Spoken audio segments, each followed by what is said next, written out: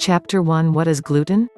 Put simply, gluten is one of the proteins found in cereal grains such as wheat, rye and barley. Gluten is produced by a combination of two different proteins. These proteins are gliadin and glutenin. The plant relies on its supply of gluten because it serves as food for the plant during development. When these grains are ground into flour, the gluten is responsible for the elasticity of dough mixtures. It is this elasticity that gives our food a certain chewiness. Individuals who suffer from gluten intolerance are often encouraged to avoid oats as well. This is because oats can easily be contaminated by foods that contain gluten, since it is often processed in factories that produce food using wheat and other foods that contain gluten. Some examples of gluten-free grains are millet, sorghum, brown rice, buckwheat, wild rice, quinoa and corn. Wheat is often used to make the following foods: bread, pasta, baked goods, sauces, cakes, soups. Gluten-free diet basics. Salad dressings, battered meat, poultry and fish. Rye is used to make foods such as pumpernickel bread, cereals. Beer. Barley is often used to make beer. Food coloring, yeast, malt, milk, malt vinegar. Soups. Many of the foods we eat may also contain some amount of gluten as a result of being contaminated during the manufacturing process. These foods include dried fruit, candy, flavored coffee, caramel color. Gluten-free diet basics. Food starch, French fries, processed cheese and meats, vegetable and meat stock, bouillon cubes. Dietary supplements such as multivitamins, ice cream. This list is not exhaustive. Time will not permit me to list all the foods that contain or do not contain gluten, and even if I had the time, you would find it quite boring. The only efficient way to determine if your food contains gluten is to read the label carefully. This will require a lot of your time in order for you to be accurate. This exhaustive process may not be right for everyone. The next chapter will help you to determine whether we are making too much ado about nothing. Chapter 2 Why the big deal? A recent survey highlighted that about a third of all Americans are actively trying to eliminate gluten from their diet. This is an awful lot of people when we think about the fact that there are over 325 million people in the US. But why are they making such a fuss? Let us take some time to examine a few of the reasons so many people have decided to live gluten-free. 1. Celiac disease. Studies have indicated that the number of individuals who currently suffer from celiac disease is on the rise. Although no official numbers have been published, it is estimated that well over 1% of the world's population suffer from this disease. Celiac disease is especially common among the elderly. Even worse is the fact that many cases of individuals who suffer from this disease have gone undiagnosed. In fact, about 80% of the people who suffer from celiac disease are not even aware that they have it. But what exactly is celiac disease, you may ask? As highlighted in the previous chapter, gluten is composed of two main proteins, gliadin and glutenin. Individuals with celiac disease react gluten-free diet basics negatively to the gliadin component. Celiac is classified as an autoimmune disease. That is because the immune system of these individuals will confuse gluten with something dangerous like some sort of bacteria. As a result, their bodies try to defend themselves against the gluten and end up attacking itself in the process. This attack can result in the degeneration of the intestinal wall and can be life-threatening if not treated. Other symptoms of celiac disease include nutritional deficiencies, anemia, chronic fatigue, vomiting, abdominal bloating, abdominal pain, diarrhea, digestive issues, decreased appetite, itchy skin rashes, irritability, depression, osteoporosis, damaged tooth enamel, joint pain, acid reflux. 2. Gluten sensitivity. Others, who do not suffer from celiac disease, have chosen to avoid gluten or cut it out of their diet altogether because they suffer from gluten sensitivity. These individuals may have even gotten a negative result when they did a blood test for celiac, but simply do not feel well when they consume foods that contain gluten. They may even suffer from symptoms that are quite similar to those of someone with celiac disease. Suffering from gluten sensitivity means that the individual reacts negatively to gluten even though their immune system is not attacking their bodies, as is the case with celiac disease. The symptoms of gluten sensitivity are usually not related to the gastrointestinal tract or cause any damage to the intestines at all. On the contrary, these individuals are more likely to experience fatigue, joint pain, abdominal pain or even brain fog. Thankfully, gluten sensitivity is not life-threatening. 3. Gluten intolerance. Gluten intolerance is also not life-threatening. It will, however, cause quite a bit of discomfort. Individuals with this condition simply cannot process or digest foods that contain gluten. This can be for a variety of reasons. That individual's body may simply be unable to produce the enzyme needed to digest foods that contain gluten. Symptoms of gluten intolerance are usually digestive-related and may include gas, bloating, diarrhea or nausea. Just think about the result of consuming dairy when you're lactose intolerant. You should now be able to appreciate that living gluten-free is a very serious matter for some individuals, and it is not a decision to be taken lightly. You will be able to appreciate the seriousness of the matter, especially if you suffer from these symptoms as well. Chapter 3 of this book will highlight how to determine if you have any of the serious gluten-related conditions that have been mentioned. Chapter 3: How is celiac disease, gluten sensitivity and gluten intolerance diagnosed? The major issue with diagnosing whether you have celiac disease, gluten sensitivity or gluten intolerance is that the symptoms look a lot like those you would have if you suffered from other diseases. And because gluten is included in such a wide variety of foods, it is easy to confuse these ailments with your body simply reacting negatively to a particular type of food. That is why I would never encourage anyone to try and diagnose themselves. Celiac disease can prove fatal if left untreated and if the appropriate steps are not taken to alleviate its effects. Although gluten sensitivity and intolerance are not life-threatening conditions, ignoring the symptoms can cause harm to your body in the long run. Leave the testing to the professionals. Think about how dangerous it would be if you underdiagnosed yourself as being gluten intolerant when you actually have celiac disease. Despite the fact that you will be leaving the final diagnosis to the professionals, it still wouldn't hurt to learn more about the process. Diagnosing celiac disease: a blood test is often used to confirm whether your symptoms are as a result of celiac disease.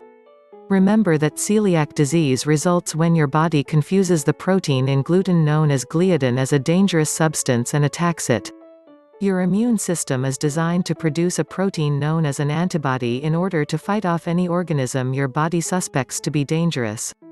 This is also the case when you suffer from celiac disease. Your body will produce specific antibodies in order to defend itself against gluten. Blood tests are thus performed to test if your body is producing the antibodies that are specific to fighting gluten. Doctors often test for high levels of the antibody known as immunoglobulin A (IgA), anti-tissue transglutaminase. Diagnosing gluten sensitivity or gluten intolerance: one of the easiest ways for doctors to determine if you suffer from gluten sensitivity or gluten intolerance is to ask you to eliminate gluten from your diet for a period of about 30 days. If your symptoms disappear or become less significant during the time you avoid gluten, and these symptoms reappear when you reintroduce gluten to your diet, then it is obvious that your body is reacting negatively to gluten. A blood test can also be used to determine if you suffer from either one of these conditions. Deficiencies of the medical system: gluten was not a very big deal 10 years ago. Doctors are far more concerned about improving their technique for diagnosing cancer and sexually transmitted diseases. Far less time is devoted to researching negative responses to consuming gluten. As a result, even well-meaning doctors simply confuse the symptoms of celiac or gluten intolerance with something else. Testing for celiac is probably going to be one of the last things your doctor will recommend. Additionally, there has been a notable amount of cases of doctors underdiagnosing their patients' symptoms. Chapter 4 of this book will explain how you can help your doctor to accurately diagnose your symptoms. Chapter 4: How to help your doctor make a diagnosis. As highlighted in the previous chapter, your doctor is not perfect. I am not encouraging you to discredit any medical professional who has extensive training and years of experience. I am, however, encouraging you to give them a hand. About 10% to 15% of all diagnoses are incorrect. And despite the best efforts of our hard-working doctors, this is also true of cases which involve a negative reaction to gluten. Thankfully, there is a lot you can do to help your doctor make the best diagnosis. Here are my suggestions. Keep a food diary. By now, it should be somewhat obvious that your symptoms are related to your diet. This is almost always the case when your symptoms are related to your gastrointestinal system. Keeping a food diary requires that you keep track of the foods you eat and how often you eat them. In an effort to be as accurate as possible, I would also encourage you to record the quantity in which you consume these foods. This kind of information will give your doctor a clear idea of the type of food which may or may not be causing your symptoms. I would encourage you to do this for about 2 weeks before your appointment. This will save you a lot of time because most doctors often recommend that you keep an accurate food diary before they make a diagnosis. Document your symptoms. Your doctor might be empathetic, but they certainly cannot literally feel your pain. They will not be able to make an accurate diagnosis if they cannot isolate your symptoms. That is why you need to help them understand what you are feeling. Documenting your symptoms will be an invaluable gift to your doctor because it will help him or her rule out a number of unrelated ailments in a matter of minutes. Prepare a list with all your symptoms and the frequency of their occurrence. It would also be good to include whether these symptoms occur at a specific time, such as when you engage in some form of physical activity. Be as specific as possible. For example, please do not tell your doctor that your stomach hurts. Where hurts? Is it your lower abdomen? Is it a sharp pain? How long does the pain last? When was the last time you felt this pain? Anticipate the kind of questions your doctor will need to ask and document the answers to the questions as precisely as possible. Volunteering this kind of information will save both you and your doctor a lot of time. Sometimes it is when we mention one specific symptom or series of symptoms that helps the doctor piece together the puzzle of your illness. And isn't it true that we sometimes forget to mention some of our symptoms to our doctors? This will ensure you say all that you need to say without having to spend all day with your doctor. Inform your doctor of other medical conditions. If you suffer from other illnesses, you could have symptoms that may lead your doctor to make an incorrect diagnosis. Giving him or her the clearest understanding of your current medical status is the best way to help him or her to make the best diagnosis. You will also help your doctor not to waste time exploring treatments for a condition for which you have already received medication. Giving your doctor a list of your current medication is also a good idea. That will ensure that your doctor does not prescribe something that will react negatively with your current medication. Your doctor may thus need to adjust your current medication in order to treat whatever new condition he has identified. Your doctor may also need to recommend some adjustments to your diet if gluten is, in fact, affecting you negatively.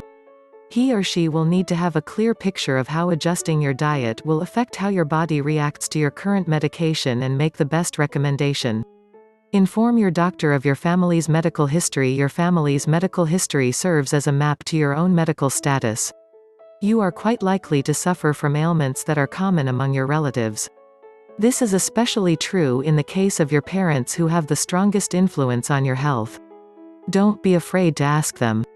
Our relatives, especially the males, gluten-free diet basics may like to appear strong in our eyes, but learning about their illnesses can save yours. Be on time for your appointment. Although this is slightly unrelated, I think it needs to be said that we are often not too considerate of our doctor's time. Showing up for an appointment late will put your doctor in a very awkward position. They will either have to force you to wait or infringe on the time of another patient. Either way, this is a very inconsiderate act, and I strongly denounce such behavior. We are all very busy people. But deliberately wasting the time of the people responsible for saving lives is quite reprehensible. If you must be late because of some unavoidable catastrophe, I strongly encourage you call the doctor's office and inform them as early as possible. This will allow them enough time to carefully rearrange their schedule in order to accommodate other patients who may be waiting. The doctor may even be able to use this time to take a well-needed and certainly, a well-deserved break. Be patient. Waiting for a diagnosis may seem to take forever. Some have even described it as the longest wait of their lives. The minutes, hours, or even days that may pass by may be agonizing, but please be patient. Pestering your doctor for a decision will get you nowhere. Some things, like the queue of blood samples waiting to be tested at the lab, are simply out of your doctor's gluten-free diet basics control. Allow them the time and peace of mind needed to arrive at the most accurate conclusion. Thus far, we have explored what gluten is, how it negatively affects some individuals, and even how to identify if it is harming you. Next, we will turn our attention to the benefits of sticking to a gluten-free diet.